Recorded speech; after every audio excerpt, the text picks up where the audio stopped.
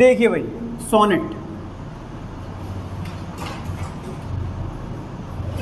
थोड़ा सा इसके बारे में हमने डिस्कस किया था, तो थोड़ा दोबारा से देख लेते हैं आज। सोनेट जो है 14 लाइंस की शॉर्ट लिरिक पोएम होती है। आयम्बिक पेंटामीटर में इसे लिखा जाता है। आयम्बिक पेंटामीटर की लाइंस में इसे लिखा जाता है और एक सिंगल थॉट इसमें एक्सप्रेस किया जाता है एक पोइट के द्वारा। एक सिंगल थॉट, और उसी सिंगल थॉट को लेकर के जो है पूरी पोएम में एक पोएट चर्चा करता है। 2 पार्ट्स में डिवाइड किया जाता है, बाकी फिर जो भी जैसे जैसे चीज़ें आती जाएगी वैसे वैसे क्लियर करते चलेंगे अपन। ध्यान लगाइए आप उनके साथ शेयर कर लो ना थोड़ा सा।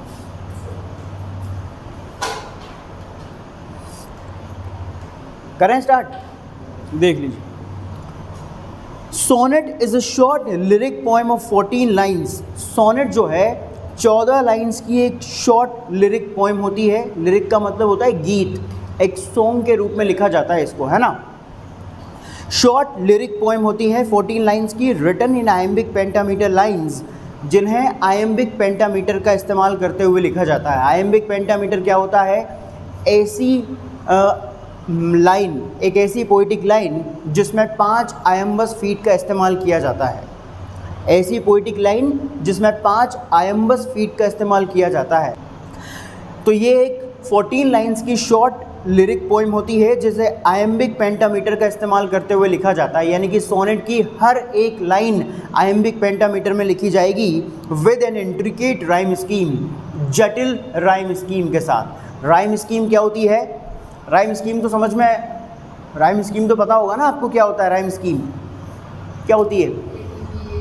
हाँ, एग्जैक्टली। देखो, आपने क्या होगा कि वो शायरी वगैरह सुनी होगी, सुनते हो ना शायरी वगैरह। तो कोई भी किसी भी लाइन में लास्ट में आने वाला वर्ड दूसरी लाइन के लास्ट में आने वाले वर्ड से साउंड में जब मैच करता हुआ आता है तो उसको बोलते हैं राइम। और इसी प्रकार से जितनी भी लाइन्स आती जाती है तो इसमें ये इससे मैच करता हुआ रहेगा, ये इससे मैच करता हुआ रहेगा। तो इस तरह से राइम की जब एक सीरीज़ बन जाती है तो उसे कहते हैं राइम स्कीम। ये राइम स्कीम, ये तो सिर्फ राइम है, ये राइम। लेकिन इस तरह से जब राइम की एक सीरीज़ जब पूरी बन जाती है तो उसको बोलते हैं राइम स्कीम। ठीक है ना। तो इसका मतलब सोनेट क्या हो गया? 14 लाइन्स की एक शॉर्ट लिरिक पोएम हो गई जिसे आयम्बिक पेंटामीटर का इस्तेमाल करते हुए लिखा जाता है। यानी कि 14 की 14 लाइन्स ही आयम्बिक पेंटामीटर में लिखी जाएंगी। हर एक लाइन में 5 आयम्बस फुट होना ज़रूरी है, क्योंकि 5 आयम्बस फुट वाली लाइन को ही हम पेंटामीटर वाली लाइन कहते हैं। यानी उसी को हम आयम्बिक पेंटामीटर कहेंगे, क्योंकि उसमें 5 आयम्बस फीट आ रहे होते हैं। ठीक है ना। 5 फीट वाली लाइन पेंटामीटर की लाइन और 5 आयम्बिक फीट होते हैं, इस वजह से आयम्बिक पेंटामीटर की लाइन हम उसको कहते हैं। ठीक है ना। और हर लाइन के लास्ट में जो है राइम स्कीम आपको देखने को मिलेगी। मतलब पूरी की 14 लाइन्स में आपको राइम स्कीम देखने को मिलेगा। करेक्ट स्ट्रेस पैटर्न फॉलो किया जाएगा, करेक्ट मीट्रिक पैटर्न वहाँ पे फॉलो किया जाएगा, और इस तरह से 14 की 14 लाइन्स में एक निश्चित राइम स्कीम जो है यूज़ करते हुए इसको लिखा जाता है, सोनेट वाली पोएम को। ठीक है। आगे देखिए। It expresses single thought, humanitarian emotion and idea of the poet, and thus this single thought becomes the theme of the subject matter of sonnet. यानी कि दोस्तों इसमें क्या होता है, कोई भी एक जो पोइट जो होता है ना, कोई भी जो पोइट है, सोनेट लिखने वाला जो व्यक्ति है, सोनेटियर, सोनेट लिखने वाला जो व्यक्ति है, जो पोइट होता है, क्योंकि ये पोइट्री है, तो सोनेट लिखने वाला जो व्यक्ति है इस सोनेट में एक सिंगल एक्सप्रेशन को एक्सप्रेस करता है, एक सिंगल थॉट को एक्सप्रेस करता है। भाई 14 लाइन्स की छोटी सी पोएम में आप कितने सारे विचार एक्सप्रेस कर लोगे, मुझे बताओ। 14 लाइन्स की पोएम में केवल एक ही थॉट अपन एक्सप्रेस कर पाएंगे। 14 लाइन्स में कहीं ऐसा तो नहीं होगा कि एक लाइन में आपने एक थॉट लिख दिया, दूसरे लाइन में दूसरा विचार, तीसरे में तीसरा विचार, ऐसा तो नहीं होगा ना। एक छोटी सी पोएम में, छोटी सी तू जान कहे रहे परेशान, गाना भी सुना होगा ना आपने। तो छोटी सी तो पोइट्री है, छोटी सी पोइट्री में कितने दुनिया भर के विचार क्या है आप एक्सप्रेस कर दोगे क्या? नहीं कर पाओगे ना। तो छोटी पोइम होती है तो केवल एक सिंगल थॉट ही इसमें एक्सप्रेस करता है, यानी कि एक विचार, एक सिंगल विचार। अब वो किसी भी टॉपिक पे हो सकता है वो लव के ऊपर हो सकता है वो हेट के ऊपर हो सकता है वो एडमिरेशन के ऊपर हो, किसी भी टॉपिक के ऊपर हो सकता है, लेकिन एक सिंगल सब्जेक्ट वाला टॉपिक रहेगा, एक सिंगल थॉट रहेगा और एक सिंगल थॉट ही इसमें एक्सप्रेस किया जाता है एक पोएम में।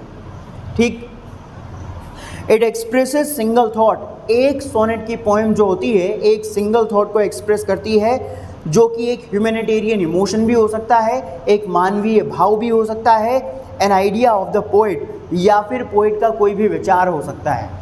भाई मानवीय भाव भी हो सकते हैं, क्योंकि पोइट्री में मानवीय भाव अधिकतर जो है इमोशनल चीज़ें लिखी जाती है, तो कोई मानवीय भाव के ऊपर भी आप लिख सकते हो, है ना। जैसे मानवीय भाव लव हो गया, हेट हो गया, ये मानवीय भाव ही हैं। दोस्ती, प्यार, दुश्मनी, बहुत सारी चीज़ें हो सकती है। तो कहने का मतलब है कि एक सोनेट जो है केवल एक सिंगल एक सिंगल आइडिया को ही, एक सिंगल थॉट को ही एक्सप्रेस करेगा। वो चाहे फिर ह्यूमैनिटेरियन इमोशन भी हो सकता है या फिर पोइट का कोई भी आइडिया, कोई भी विचार हो सकता है। एंड दस, और इस प्रकार से हम ये कह सकते हैं, this single thought becomes the theme of the subject matter of the sonnet. और इस प्रकार से वो जो एक सिंगल थॉट जो उसमें एक्सप्रेस किया जाता है वही हमारे सोनेट के सब्जेक्ट की थीम बन जाती है, यानी कि वही हमारे सोनेट की विषय वस्तु बन जाती है। भाई जिस एक सिंगल थॉट को आप अपनी पोइट्री में लिखोगे, जिस एक सिंगल थॉट को आप अपनी पोइट्री में एक्सप्रेस करोगे, वही आपके सोनेट की विषय वस्तु बन जाएगी। अगर लव के ऊपर आप कोई सिंगल थॉट को लेकर के अपनी पोएम लिख रहे हो, तो वही लव जो है आपके सोनेट की सब्जेक्ट मैटर बन जाएगी, विषय वस्तु बन जाएगी, थीम बन जाएगी। अगर दोस्ती, फ्रेंडशिप को लेकर के अगर आप कोई सिंगल थॉट एक्सप्रेस करके कोई पोएम लिख रहे हो, तो फ्रेंडशिप आपके सोनेट की थीम बन जाएगी, सब्जेक्ट मैटर बन जाएगा। एनिमी, दुश्मन को लेकर के एनिमी या एनमिटी, दुश्मनी को लेकर के अगर आप कोई पोइट्री लिख रहे हो, हेट को लेकर के अगर आप कोई पोइट्री लिख रहे हो, जिसमें आपको सिर्फ एक सिंगल इमोशन को एक्सप्रेस करना है, और वही सिंगल इमोशन आपके पूरे सोनेट का क्या बन जाएगा? थीम बन जाएगी, सब्जेक्ट मैटर बन जाएगा। तो कुल मिलाकर के बात सिर्फ समझने वाली ये है कि एक सिंगल पोएम में एक सिंगल थॉट को एक्सप्रेस किया जाता है, और वही सिंगल थॉट आपकी पोएम की सब्जेक्ट मैटर बन जाती है, यानी कि वही आपके पोइट्री का जो है विषय वस्तु बन जाता है। टाइटल तो अलग चीज़ होती है, विषय वस्तु बन जाती है ना। मतलब कहने का है कि उसी से रिलेटेड थॉट्स उसमें लिखे जाएंगे, ठीक है ना। भाई आपने एक टॉपिक चूज़ कर लिया, लव, और उस लव के ऊपर ही आपने पूरी पोएम लिख दी। इसका मतलब वो क्या बन गई? लव। वो लव क्या बन गया? वो टाइटल नहीं बना। टाइटल तो आप कुछ भी डाल सकते हो, लेकिन वो पूरा का पूरा जो है, पूरी की पूरी जो पोएम है वो उसी से रिलेटेड रहेगी, उसी से रिलेटेड थॉट्स उसमें लिखे जाएंगे, लव से related.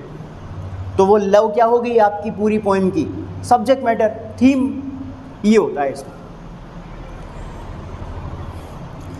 The word sonnet has been derived from the Latin word sonetto. ये भी बहुत इंपॉर्टेंट चीज़ है कि ये जो शब्द है सोनेट, ये लैटिन भाषा के शब्द सोनेटो से लिया गया है। सोनेटो, लैटिन लैंग्वेज के एक वर्ड सोनेटो से ये शब्द लिया गया है, sonnet. It is written in iambic pentameter lines, और ये सोनेट जो होता है इसे आयम्बिक पेंटामीटर की लाइन्स में लिखा जाता है। अभी आयम्बिक पेंटामीटर की लाइन क्या होती है ये भी समझ लीजिए।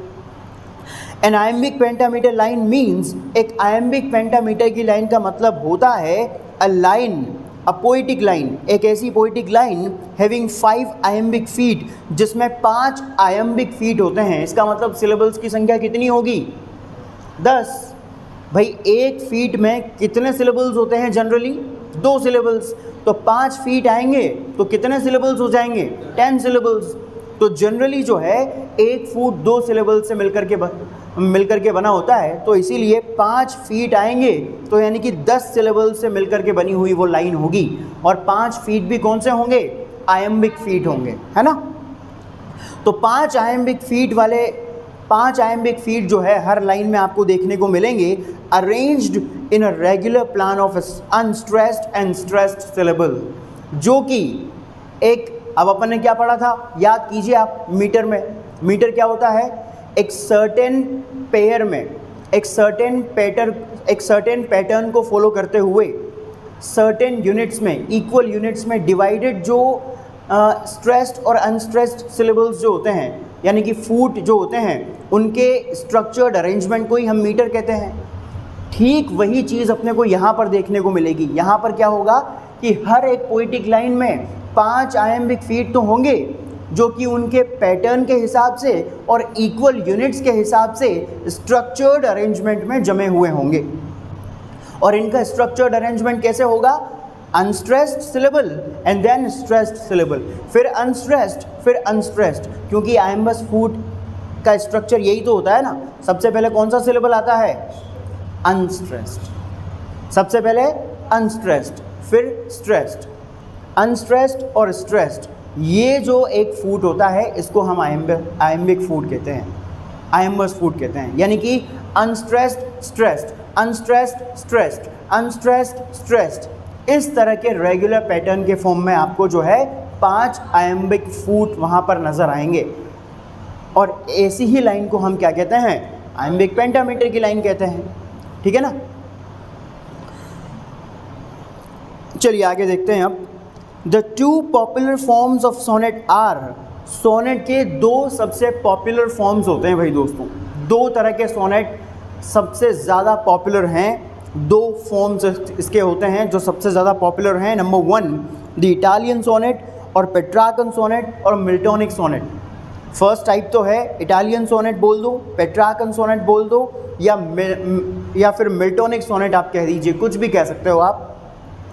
और सेकंड नंबर पर है द इंग्लिश सोनेट और शेक्सपियरियन सोनेट और एलिजाबेथन सोनेट। इंग्लिश सोनेट कह दीजिए, शेक्सपियरियन सोनेट कह दीजिए, या एलिजाबेथन सोनेट कह दीजिए। तो सबसे पहले अपन टाइप जो पढ़ने जा रहे हैं वो है नंबर 1 पर द इटालियन सोनेट और पेट्रार्कन सोनेट। सबसे पहले ये समझते हैं अपन, मिल्टोनिक सोनेट इसको कब कहा गया वो बाद में देखेंगे। सबसे पहले इटालियन सोनेट या पेट्रार्कन सोनेट, ये सबसे मुख्य नाम है इसका। मिल्टोनिक सोनेट तो बाद में कहा गया इसको, जब मिल्टन ने इसको यूज़ किया था तब। तो देखिए सबसे पहले द इटालियन सोनेट और पेट्रार्कन सोनेट क्या है ये। It was named after the 14th century Italian poet. इस प्रकार के सोनेट के टाइप का नाम 14th सेंचुरी के जो इटालियन पोइट थे जिनका नाम था पेट्रार्क, इनके नाम के ऊपर इसका नाम पेट्रार्कन सोनेट डला है। यानी इस सोनेट को इटालियन सोनेट या पेट्रार्कन सोनेट किसके नाम के ऊपर कहा जाता है, इटालियन पोइट पेट्रार्क के ऊपर। इटालियन पोइट थे एक पेट्रार्क, इटालियन पोइट, इसका मतलब कहाँ रहते होंगे, इटली में, इटली से बिलोंग करते होंगे। इटालियन पोइट पेट्रार्क, इसका मतलब सबसे पहले इस तरह के फॉर्म को किसने लिखा था, इटालियन पोइट पेट्रार्क ने लिखा था। इटालियन पोइट पेट्रार्क ने सबसे पहले इस तरह के फॉर्म को लिखने का क्रेडिट इन्हें जाता है, इटालियन पोइट पेट्रार्क को। अब इस तरह के फॉर्म को जब इन्होंने लिखा तो ये फॉर्म जो है बहुत ज़्यादा फेमस हो गया होगा, और इसको कॉपी किया बाद में किसने, इंग्लैंड के राइटर्स ने अपनी राइटिंग्स में। तो इटालियन पोइट पेट्रार्क ने सबसे पहले इस तरह के फॉर्म में सोनेट लिखा होगा, इसीलिए इनके नाम के ऊपर इस सोनेट के फॉर्म को हम क्या कहते हैं, इटालियन सोनेट या पेट्रार्कन सोनेट। या तो आप इटालियन सोनेट बोल दीजिए या फिर पेट्रार्कन सोनेट बोल दीजिए, क्योंकि दोनों व्यक्ति हैं तो दोनों एक ही। पेट्रार्क ही इटालियन पोइट हैं, और इटालियन पोइट कौन है जिनके नाम के ऊपर ये सोनेट का फॉर्म पॉपुलर हुआ, वो पेट्रार्क। ठीक है, तो इटालियन सोनेट या पेट्रार्कन सोनेट एक ही बात है, क्योंकि इटालियन पोइट ही थे Petrarch. Petrarch's sonnets were first imitated in England. Italian poet Petrarch के द्वारा लिखे गए इन सोनेट्स के फॉर्म को ही सबसे पहली बार इंग्लैंड में इमिटेट किया गया था। इमिटेट का मतलब कॉपी करना, नकल करना, यानी कि इटालियन पोइट पेट्रार्क ने सबसे पहली बार जब इस प्रकार के सोनेट्स लिखे थे ना, तो इस तरह के सोनेट्स के फॉर्म को कॉपी कर लिया। किन्होंने? सबसे पहली बार इंग्लैंड के राइटर्स ने, इंग्लैंड के जो पोइट्स थे, इंग्लैंड के जो राइटर्स थे, उन्होंने इनके फॉर्म को कॉपी कर लिया। पोइट्री लिखने का फॉर्म था ये। सोनेट जो है एक पोइटिक फॉर्म है, पोइट्री लिखने का फॉर्म है। तो इनके इस फॉर्म को कॉपी कर लिया सबसे पहले किसने? इंग्लिश पोइट्स ने, इंग्लैंड के राइटर्स ने, इंग्लैंड के पोइट्स ने। बोथ इन फॉर्म, फॉर्म में भी एंड सब्जेक्ट मैटर में भी, दोनों तरीके से, यानी कि हर तरह से इनके फॉर्म को कॉपी कर लिया। फॉर्म में भी मतलब आकार कैसा है इसका, फॉर्म में भी, और सब्जेक्ट मैटर में भी, यानी कि किस तरह के सब्जेक्ट मैटर का इस्तेमाल करके इन्होंने इस तरह के सोनेट्स लिखे हैं। तो दोनों चीज़ों को कॉपी किया इंग्लैंड के पोइट्स ने। सब्जेक्ट मैटर भी कॉपी कर लिया, यानी कि उसकी विषय वस्तु भी कॉपी कर ली, और उसका आकार भी कॉपी कर लिया, यानी कि लिखने में किस तरह से लिखा इन्होंने। ठीक है ना, दोनों तरीके से, कुछ भी नहीं छोड़ा इंग्लैंड के पोइट्स ने, सब कुछ कॉपी कर लिया, हूबहू बिल्कुल वैसा का वैसा कॉपी करके पेस्ट कर लिया अपनी राइटिंग्स में। अब क्या था इसका आकार, कैसा था इटालियन सोनेट का आकार, कैसा था इसका फॉर्म, देखिए। An Italian sonnet has been divided into 2 parts. Italian sonnet को जो है 2 भागों में डिवाइड किया गया है दोस्तों। इटालियन सोनेट, इसका मतलब इटालियन सोनेट के 2 पार्ट्स होते हैं। अब इटालियन सोनेट बोल दीजिए या पेट्रार्कन सोनेट बोल दीजिए, एक ही बात है, ठीक है ना। अब इस सोनेट के फॉर्म को 2 पार्ट्स में डिवाइड करके लिखा जाता है। The first part consist of 8 lines. पहला जो पार्ट होता है वो 8 लाइन से मिलकर के बना होता है, नोन एज ऑक्टेव, जिसे ऑक्टेव कहा जाता है। इसका मतलब पहला पार्ट 1 2 3 4 5, 1 2 3 4 5 6 और 1 2 3 4 5 6 7 और ये 8। पहला पार्ट तो ये हो गया ऑक्टेव, ये तो ऑक्टेव 8 लाइन्स का, 8 लाइन का ऑक्टेव, ये 8 लाइन का octave. And the second part consist of 6 lines known as sestet. और उसके बाद में फिर 6 लाइन का सेस्टेट होता है, 1 2 3 4 5 एंड 6। शुरू में 8 लाइन्स का ऑक्टेव एंड देन 6 लाइन का सेस्टेट। ये 2 पार्ट्स हो गए। इसका मतलब इटालियन सोनेट के या पेट्रार्कन सोनेट के 2 टाइप्स हो गए, सॉरी 2 पार्ट्स में डिवाइड करके लिखा जाता है इसको। एक तो हो गया ऑक्टेव और एक हो गया सेस्टेट। सेस्टेट होता है 6 लाइन्स का और ऑक्टेव होता है 8 लाइन्स का। The normal rhyme scheme in the octave remains as usual. अब सबसे इम्पोर्टेंट चीज़ जो आपको ध्यान रखनी है वो ये है कि ऑक्टेव की जो राइम स्कीम होती है वो यूजुअली सेम ही रहती है। The normal rhyme scheme in the octave remains as usual. As usual मतलब एक जैसी ही रहती है। ऑक्टेव की जो राइम स्कीम होती है हर तरह की सिचुएशन में, हर तरह की पोएम में बिल्कुल सेम ही रहेगी। वेयर एज, जबकि द सेस्टेट में हैव अ स्लाइट वेरिएशन, जबकि सेस्टेट वाले पार्ट में थोड़ा सा वेरिएशन अपने को देखने को मिल सकता है। इसका मतलब जो 2 पार्ट्स को मिला करके एक पूरा सोनेट लिखा जाएगा, इटालियन सोनेट या पेट्रार्कन सोनेट, इसमें 8 लाइन का जो ऑक्टेव होगा इसकी राइम स्कीम में कोई चेंजेस नहीं होंगे। वो हर समय हर सिचुएशन में एज यूजुअल बिल्कुल वो की वही रहेगी, जबकि सेस्टेट वाले पार्ट में थोड़ा सा वेरिएशन आ सकता है। और वेरिएशन कैसे आता है देखिए नीचे। ऑक्टेव की राइम स्कीम होती है A B B A, A B B A, A B B A, A B B A, और ये राइम स्कीम हमेशा ऐसी ही रहेगी 8 लाइन ऑक्टेव की। जबकि सेस्टेट में थोड़ा सा वेरिएशन हो सकता है। सेस्टेट की राइम स्कीम कभी कभी सी डी ई ऐसी भी हो सकती है, कभी कभी डी सी डी ये भी हो सकती है, और कभी कभी सी डी ई सी डी सी या C D E D C D. बहुत सारे वेरिएशन इसमें देखने को मिलते हैं, केवल यही नहीं होते हैं, और भी बहुत सारे वेरिएशन। कभी कभी D C D C D C, D C D C D E. तो कुल मिलाकर के वेरिएशन सेस्टेट में ही होंगे, ऑक्टेव में नहीं होंगे, ये बात ध्यान रखना। और जनरली जो वेरिएशंस आते हैं वो ये 2 सबसे मुख्य हैं, जो 2 वेरिएशन यहाँ पे लिखे हुए हैं। क्लियर है?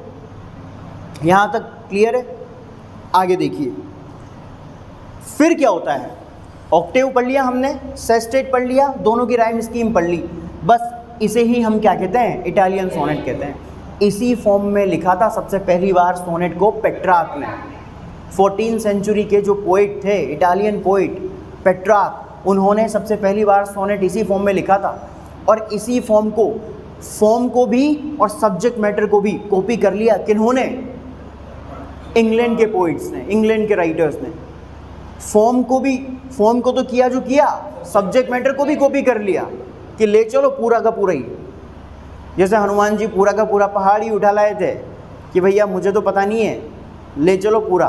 तो ठीक उसी तरह से इन्होंने भी पूरा ही उठा लिया कि साहब फॉर्म ले चलते हैं, सब्जेक्ट मैटर का क्या करेंगे, सब्जेक्ट मैटर तो अपने हिसाब से लिख लिया करेंगे अपन, तो ले चल, देख लेंगे फिर बाद में लिखना होगा तब, पूरा उठाओ। तो पूरा कॉपी कर लिया इंग्लैंड के पोइट्स ने। अब आगे देखिए फिर क्या होता है इसमें। देयर इज़ अ ब्रेक और pose at the end of 8 lines. सबसे इंपॉर्टेंट चीज़, इसका फंक्शन अब अपने को समझना है। इसमें फंक्शनिंग इसमें किस तरह से होती है। इटालियन सोनेट में 8 लाइन का जो ऑक्टेव होता है, उस 8 लाइन के ऑक्टेव के ख़त्म हो जाने के बाद एक ब्रेक आता है यहाँ पर।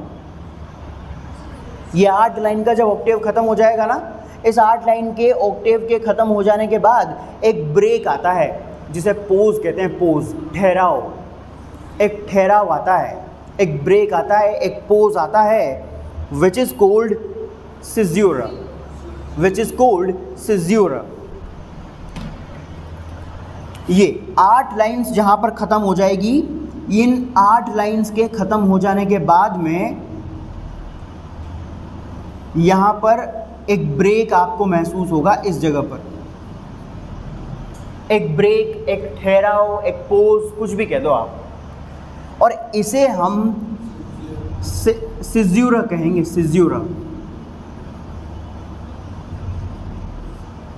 सिज्यूरा ये एक लैटिन भाषा का शब्द है। सिज्यूरा ये लैटिन भाषा का शब्द है। सिज्यूरा, सिज्यूर, सिज्यूर, सिज्यूर, है ना। और अंग्रेजी में इसका मीनिंग होता है टू कट, काटना, कट करना। मतलब अपन ने यहाँ से कट कर दिया ना इसको, सिज्यूर, सिज्यूर मतलब टू कट, कट करना। तो ये कट कर दिया, मतलब इसका मतलब अपने को समझ जाना है कि ये पार्ट अलग चीज़ के बारे में बात करेगा और ये पार्ट अलग चीज़ के बारे में बात करेगा। ये थोड़ा सा ब्रेक आने का या यहाँ पर पोज आने का जो इंडिकेशन होता है ना, वो यही होता है, क्योंकि पोइट ये दर्शाने की कोशिश कर रहा है कि भैया अब इंटरवल हो गया, अब पिक्चर आगे बढ़ेगी, क्योंकि पिक्चर अभी बाकी है मेरे दोस्त, है ना। जैसे मूवी अपन देखने जाते हैं तो वहाँ पे इंटरवल आता है ना, तो इंटरवल के बाद जो है अलग चीज़ आती है, इंटरवल के पहले अपन अलग चीज़ देखते हैं।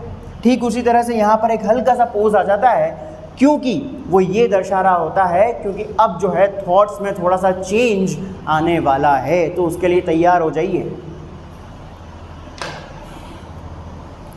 तो ये होता है सिज्यूर, सिज्यूर, सिज्यूर, सिज्यूर।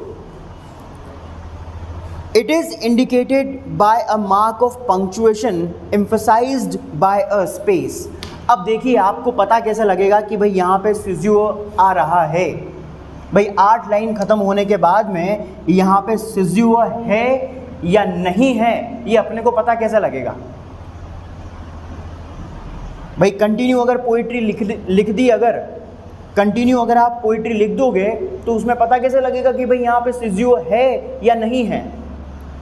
तो सिज्यूर को ऑडियंस के सामने या रीडर्स के सामने इंडिकेट किया जाता है पंक्चुएशन मार्क के माध्यम से।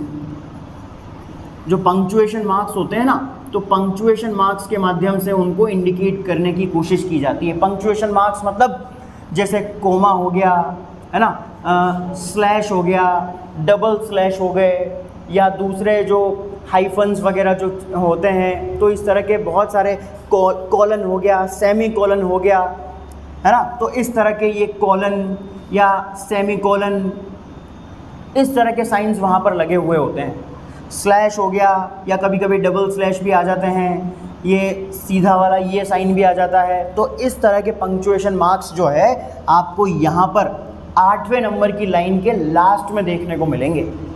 और उसके बाद में फिर एक स्पेस देखने को मिलेगी थोड़ी सी दोनों के बीच में।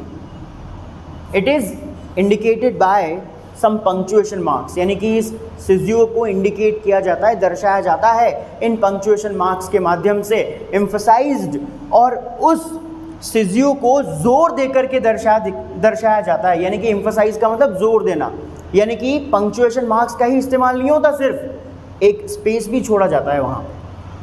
ये 8 लाइंस और 6 लाइंस के बीच में एक हल्की सी स्पेस भी वहाँ पर होती है। तो इसको देख करके और उस स्पेस को देख करके आपको समझ जाना है क्या, कि वहाँ पर क्या है, सिज़्यूर है, वहाँ पर सिज़्यूर है। सिज़्यूर मीन्स टू कट। इसका मतलब पोएट ये स्पष्ट संदेश आपको दे रहा है कि यहाँ से हल्का सा कट शुरू हो गया है। कट मतलब यहाँ के थॉट्स अलग हैं और इस वाले पार्ट में थॉट्स अलग हैं, तो बीच में कैंची चला दी है मतलब पोएट ने। सिज़्यूर है वहाँ पर बीच में, शिज़ुका बैठी हुई है, शिज़ुका, ठीक है ना। ये ट्रिक है, सिर्फ सिज़्यूर याद नहीं हो तो शिज़ुका से याद रख लो, शिज़ुका, शिज़ुका, ठीक है ना। शिज़ुका नोबिता की गर्लफ्रेंड, सो कॉल्ड गर्लफ्रेंड। अब वो थी या नहीं थी वो तो नोबिता ही जाने या वो ही जाने। तो सिज़्यूर याद नहीं रहे तो शिज़ुका से याद कर लीजिए। ये केवल एक ट्रिक है, लेकिन लिखना शिज़ुका मत लिखिए ना भाई साहब वहाँ पे। हाँ, पता लगे एक तो वहाँ पे जाके शिज़ुका ही लिख दो आप, हमारे सर ने बताया था शिज़ुका, वो तो केवल एक ट्रिक है। ये सिज़्यूर है, सिज़्यूर, ठीक है। तो ये बस ध्यान रखिएगा आप, ये सिज़्यूर हो गया। अब आगे क्या होता है देखिए,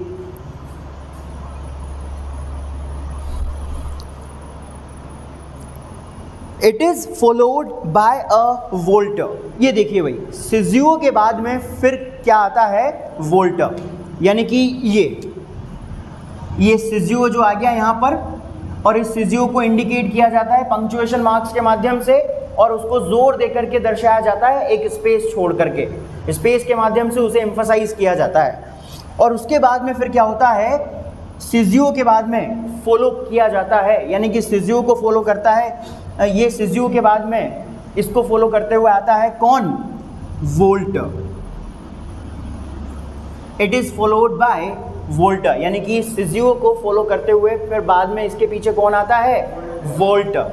और ये वोल्टर जो है ये एक इटालियन लैंग्वेज का वर्ड है, इटालियन लैंग्वेज का, इटालियन लैंग्वेज का वर्ड है वोल्टर। वोल्टर इसका मीनिंग होता है चेंज, चेंज बोल दो या टर्न बोल दो, टर्न, TURN, टर्न, परिवर्तित कर देना, चेंज कर देना या बदल देना। तो ये बात विशेष रूप से ध्यान रखिएगा। सिज़्यूर जो है ये लैटिन लैंग्वेज का वर्ड है जिसका मीनिंग होता है कट करना, और वोल्टा एक इटालियन लैंग्वेज का वर्ड है जिसका मीनिंग होता है चेंज करना, टर्न करना, परिवर्तन करना या परिवर्तन, ठीक है ना। यानी कि सबसे पहले पेट्रार्कन सोनेट में क्या आएगा, सिज़्यूर, और सिज़्यूर के बाद में फिर क्या आएगा, वोल्टर, ठीक है ना। अब ये वोल्टर क्या होता है देखिए, it is followed by a volta that is to say sudden turn in thought. और वोल्टर किसको इंडिकेट कर रहा होता है, विचारों में आए हुए अचानक परिवर्तन को, सडन चेंज इन थॉट। इसका मीन्स ये होगा कि सेकंड नंबर का जो पार्ट रहेगा सेस्टेट, उस सेस्टेट में अपने को ये वोल्टा देखने को मिलता है। वोल्टा, ये वोल्टा कहाँ देखने को मिलेगा आपको, सेस्टेट में। और किस रूप में देखने को मिलेगा, सडन चेंज इन थॉट, क्योंकि जिस चीज़ के बारे में पोइट पहले बात कर रहा था, जिस थॉट को वो यहाँ पर इस ऑक्टेव में एक्सप्रेस कर रहा था, अब उस थॉट को वो कंक्लूड करना शुरू कर देता है अपने सेकंड पार्ट में। तो थॉट में चेंज आया नहीं आया, यानी कि फर्स्ट पार्ट में तो उसने केवल अपने थॉट्स को रखा है, पुट अप किया है। और अब सेकेंड पार्ट में यानी कि सेस्टेट में वो अपने थॉट्स को कंक्लूड करता है, उसका निष्कर्ष निकालता है। और विचारों में आए इस चेंज को ही, थॉट में आए हुए इस परिवर्तन को ही हम वोल्टा कहते हैं, वोल्टा। तो इसका मतलब वोल्टा कहाँ पर देखने को मिलता है अपने को? सेस्टेट वाले पार्ट में, यानी सेकेंड नंबर के पार्ट में वोल्टा। Clear? That is to say sudden turn in thought. वोल्टा का मतलब होता है विचारों में आया हुआ अचानक एक परिवर्तन। द पोएट, अब क्यों आता है ये सडन चेंज थॉट में? Because the poet expresses his idea in Octave and resolves it in sestet. और ऐसा इसलिए होता है दोस्तों क्योंकि पोएट अपने थॉट को प्रेजेंट तो करता है किसमें? ऑक्टेव में, और उसे रिजोल्व करता है। रिजोल्व यानी उसे सोल्व करके बताता है, उसे कंक्लूड करके बताता है सेस्टेट में। यानी कि जो भी बात वो ऑक्टेव में कहता है ना, वो क्यों कह रहा है, किस लिए कह रहा है, उसका निष्कर्ष क्या है, वो चीज़ बताता है वो किसमें? सेस्टेट वाले पार्ट में। तो अचानक थॉट में आए हुए इस चेंज को ही हम वोल्टा कहते हैं, वोल्टा। और वोल्टा देखने को मिलता है अपने को सेकेंड पार्ट में, सेस्टेट में। ठीक है, आगे देखिए। ये तो था दोस्तों पेट्रार्कन फॉर्म, बस इसी को हम पेट्रार्कन फॉर्म कहते हैं, पेट्रार्कन फॉर्म ऑफ सोनेट। यही है पेट्रार्कन सोनेट या यही है इटालियन सोनेट। इसी को हम बोलते हैं इटालियन सोनेट, इसी को हम बोलते हैं पेट्रार्कन सोनेट। पेट्रार्कन सोनेट बोल दीजिए या इटालियन सोनेट बोल दीजिए, एक ही बात है। ठीक है ना? अब आगे क्या होता है देखिए। The Petrarchan form was later used broadly by Milton. देखिए भाई, अब हमने क्या पढ़ा था कि इटालियन पोइट पेट्रार्क ने जिस तरह से, जिस फॉर्म को यूज़ करके अपने सोनेट्स लिखे हैं, इन सोनेट्स को कॉपी कर लिया, इमिटेट कर लिया किसने? इंग्लैंड के पोइट्स ने, इंग्लैंड के राइटर्स ने। और इंग्लैंड के पोइट्स और राइटर्स ने जब इन पूरे फॉर्म्स को जब कॉपी किया अपनी राइटिंग्स में, तो इंग्लैंड में उस समय थे जॉन मिल्टन भी। जॉन मिल्टन भी एक पोइट थे इंग्लैंड के। तो जॉन मिल्टन ने बहुत बड़े पैमाने पर, ब्रॉडली यानी व्यापक स्तर पर इनके फॉर्म्स को जो है, इनकी राइटिंग्स को कॉपी किया। The Petrarchan form was later used. इस पेट्रार्कन फॉर्म को, सोनेट का ये जो पेट्रार्कन फॉर्म था, सोनेट के इस पेट्रार्कन फॉर्म को लेटर, बाद में यूज़ किया गया ब्रॉडली, व्यापक रूप से, बहुत बड़े पैमाने पर यूज़ किया गया bye John Milton, John Milton के द्वारा। यानी जॉन मिल्टन ने इटालियन पोइट पेट्रार्क के इस पूरे फॉर्म को कॉपी करके अपने राइटिंग्स में बड़े पैमाने पर यूज़ किया, बहुत बड़े पैमाने पर। इसका मतलब जॉन मिल्टन खुद इटालियन पोइट के, इटालियन सोनेट के एक बहुत बड़े क्या हो गए? इमिटेटर हो गए, कॉपी करने वाले। क्योंकि इन्होंने भी तो सेम फॉर्म को कॉपी किया ना अपनी राइटिंग में। तो इसका मतलब जॉन मिल्टन ने भी इटालियन पोइट पेट्रार्क को इमिटेट कर लिया अपनी राइटिंग्स में। और भी दूसरे बहुत सारे पोइट्स ने किया था, लेकिन जॉन मिल्टन ने भी किया। और जॉन मिल्टन ने अपनी पूरे के पूरे जितने भी सोनेट्स उन्होंने लिखे हैं, उन सारे के सारे सोनेट्स में इटालियन सोनेट को ही कॉपी करके लिखा है। यानी कि पेट्रार्कन स्टाइल को ही उन्होंने जो है कॉपी किया है। पेट्रार्कन स्टाइल में ही उन्होंने अपने सारे के सारे सोनेट्स लिखे हैं। इटालियन सोनेट की स्टाइल में ही उन्होंने अपने सारे के सारे सोनेट लिखे हैं। क्योंकि ये फॉर्म उनका थोड़ी था, ये फॉर्म तो पेट्रार्क का था, इटालियन पोइट पेट्रार्क का था। तो इसीलिए जॉन मिल्टन ने जो है बाद में व्यापक स्तर पर, बहुत बड़े स्तर पर जो है पेट्रार्कन फॉर्म में सोनेट्स लिखे। हैंस, इसीलिए द पेट्रार्कन और Italian sonnet is also known as Miltonic sonnet. यही कारण था दोस्तों, इसी कारण से आगे चल करके इटालियन सोनेट को या पेट्रार्कन सोनेट को मिल्टोनिक सोनेट भी कहा गया। क्योंकि इस फॉर्म को बहुत बड़े पैमाने पर, बहुत बड़े स्तर पर या व्यापक स्तर पर सबसे ज़्यादा यूज़ किया गया जॉन मिल्टन के द्वारा। इसीलिए इस फॉर्म को आगे चल करके मिल्टोनिक सोनेट भी कहा गया। इटालियन सोनेट तो पहले कह ही दिया हमने, पेट्रार्कन सोनेट भी कह दिया हमने, लेकिन आगे इस फॉर्म को कॉपी करके सबसे बड़े पैमाने पर, व्यापक स्तर पर यूज़ करने का क्रेडिट जाता है जॉन मिल्टन को। इसीलिए इस फॉर्म को हमने मिल्टोनिक सोनेट भी कह दिया।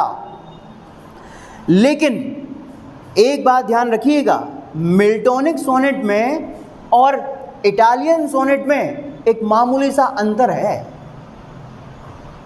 अब आप कहोगे कि है तो दोनों एक ही, फिर मामूली सा अंतर कैसे आ गया? भाई जो इटालियन सोनेट है वही पेट्रार्कन सोनेट है, जो पेट्रार्कन सोनेट है, जो इटालियन सोनेट है वही मिल्टोनिक सोनेट है, तो फिर अंतर कैसे आ गया? अंतर क्यों आया? क्योंकि जॉन मिल्टन ने किसको कॉपी किया? पेट्रार्कन स्टाइल को, इटालियन स्टाइल को कॉपी किया। अब कॉपी तो कर लिया उन्होंने, लेकिन उन्होंने क्या किया? But there is a little variation, देखिए आगे, but there is a little variation, लेकिन मिल्टन के द्वारा लिखे गए सोनेट्स में हमें एक छोटा सा वेरिएशन देखने को मिलता है, एक अलग सी विभिन्नता अपने को देखने को मिलती है। और कहाँ पर देखने को मिलती है ये विभिन्नता, ये variation? Specially in using caesura. Caesura को यूज़ करने का तरीका जॉन मिल्टन का अलग है पेट्रार्क की अपेक्षा।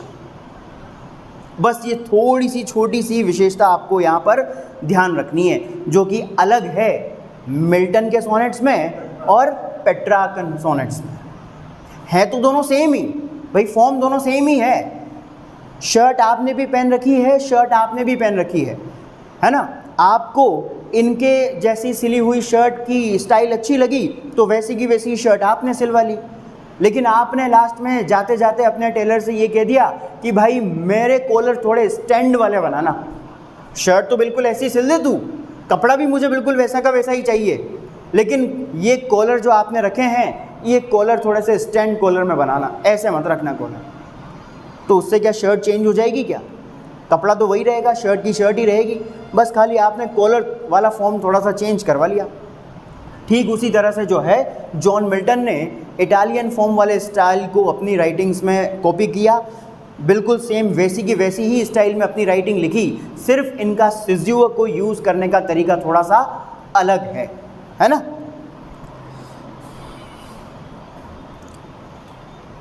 Besides Milton, Wordsworth, D.G. Rossetti and other sonneteers also followed the Petrarchan form of sonnet। और जॉन मिल्टन के अलावा और भी बहुत सारे ऐसे पोइट्स ऐसे हुए हैं जिन्होंने पेट्रार्कन सोनेट के फॉर्म को अपनी राइटिंग्स में कॉपी किया है। जैसे कि मिल्टन के अलावा अगर हम बात करें तो विलियम वर्ड्सवर्थ हो गए, D.G. रोसेटी हो गए, और दूसरे बहुत सारे ऐसे सोनेट लिखने वाले ऐसे पोइट्स हुए हैं, सोनेटियर्स जिन्हें हम कहेंगे, बहुत सारे ऐसे सोनेटियर्स हुए हैं, उन्होंने भी अपनी राइटिंग्स में पोइट्री लिखने के लिए या सोनेट लिखने के लिए इटालियन सोनेट को ही अपनी राइटिंग में कॉपी किया है या पेट्रार्कन फॉर्म ऑफ सोनेट को ही अपनी राइटिंग में कॉपी किया है। अब उन्होंने हो सकता है हूबहू इटालियन सोनेट के जैसे ही अपना सोनेट लिख दिया हो, पेट्रार्कन सोनेट के जैसे ही अपना सोनेट लिख दिया हो, लेकिन मिल्टन के सोनेट में और इटालियन सोनेट में थोड़ा सा वेरिएशन है दोस्तों। कहाँ पर है वेरिएशन? सिज्यूअर को यूज़ करने में। है तो दोनों सेम ही, मिल्टोनिक सोनेट भी बिल्कुल सेम है, बिल्कुल जैसे पेट्रार्कन सोनेट है, लेकिन केवल अंतर अपने को देखने को मिलता है तो सिज्यूअर के इस्तेमाल में, क्योंकि पेट्रार्क के द्वारा सिज्यूअर का इस्तेमाल थोड़ा अलग तरीके से किया गया है, जबकि जॉन मिल्टन ने सिज्यूअर का इस्तेमाल थोड़ा सा अलग तरीके से किया है। बस यही थोड़ा सा एक छोटा सा मामूली सा डिफरेंस है दोनों के बीच में। अदरवाइज़ दोनों तरह के जो सोनेट्स हैं वो बिल्कुल सेम टू सेम ही है। तो ये कारण है जिस वजह से इटालियन सोनेट या पेट्रार्कन सोनेट को मिल्टोनिक सोनेट भी कहा जाता है। केवल मामूली सा चेंज जो आपको ध्यान रखना है वो कहाँ रखना है? सिज्यूअर में, क्योंकि मिल्टन ने सिज्यूअर का यूज़ थोड़ा अलग तरीके से किया है। क्लियर है? ये है इटालियन सोनेट, जिसे हम पेट्रार्कन सोनेट भी कहते हैं या फिर जिसे हम मिल्टोनिक सोनेट भी कहते हैं। क्लियर है? बाकी फिर कल